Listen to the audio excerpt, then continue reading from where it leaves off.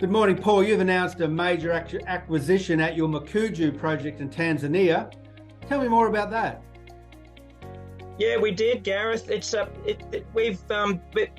at Mkuju has been based on a 2007-2008 radiometric survey that Mantra Resources did before they sold their Nyota deposit for over $1 billion in 2011. And we've been obviously focusing on our ground, but we're very mindful of the fact that some, substantial radiometric anomalies appeared to the east of us, and they also appeared to be covered by existing prospecting licenses. So we thought, okay, well, let's just focus on what we've got, and because we've got a pretty decent size area, 730 odd square kilometres, But then we dug a little bit deeper, Gareth, and those few licenses had actually expired. So we hopped in and put applications over the area, and we've just been able to get them granted. So that takes our package to portfolio to over 1,000 square kilometres in what is becoming potentially a really interesting area for uranium exploration. Now, certainly the Nyota deposit certainly puts that area of Tanzania on the world map. Interestingly, if you look at the Nyota deposit, there's a big plum-coloured radiometric splash that is also very similar to the new acreage that you've picked up. Those plum splashes are also emblematic of the new ground. That's right, and that's what attracted our attention. We had to be a bit secretive about it initially, because people would look at the diagram and say, oh, gee, look at those big anomalies over there, but you haven't got that under your under your license. But what we do now, and so we've got the auger rig that we've been using at Mkuju. We've already shifted that across into that eastern area. We've got boys walking through the areas with the spectrometer.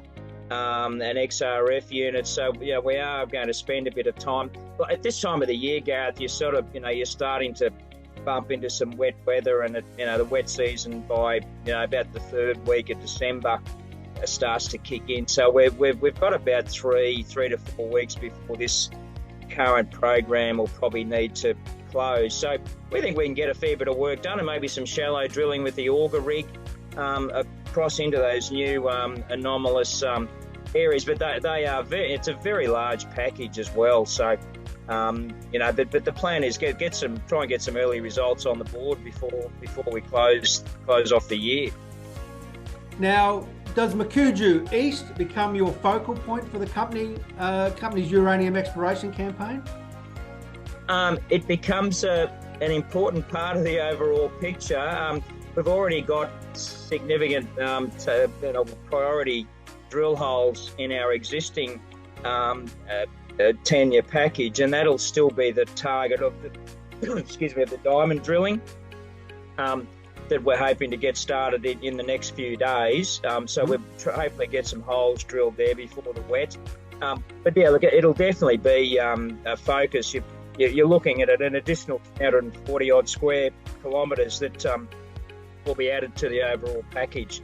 So it's something, it's going to be a focus. And as you say, those big plum anomalous zones are going to be a focus.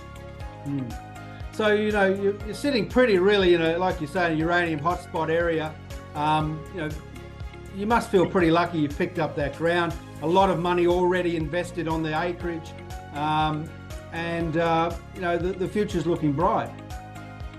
Yeah, and that's a good point, Gareth. It's not just for our ground; it's the other companies that have consolidated the area around it.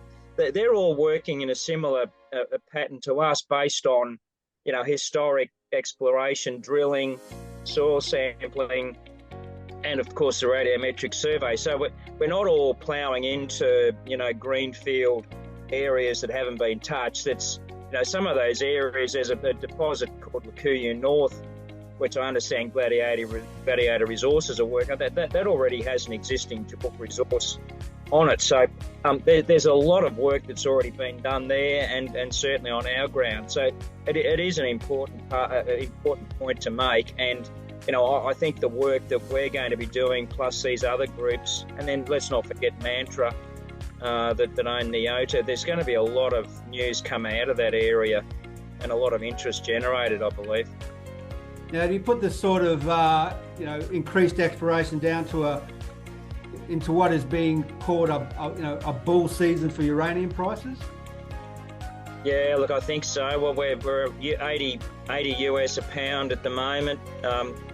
You can find people speculating that it's going beyond 100 US a pound in the not too distant future. Lots of commentators. I saw an article. Rick Rule the other day on Kitco was interviewed, and he was very bullish about the uranium price.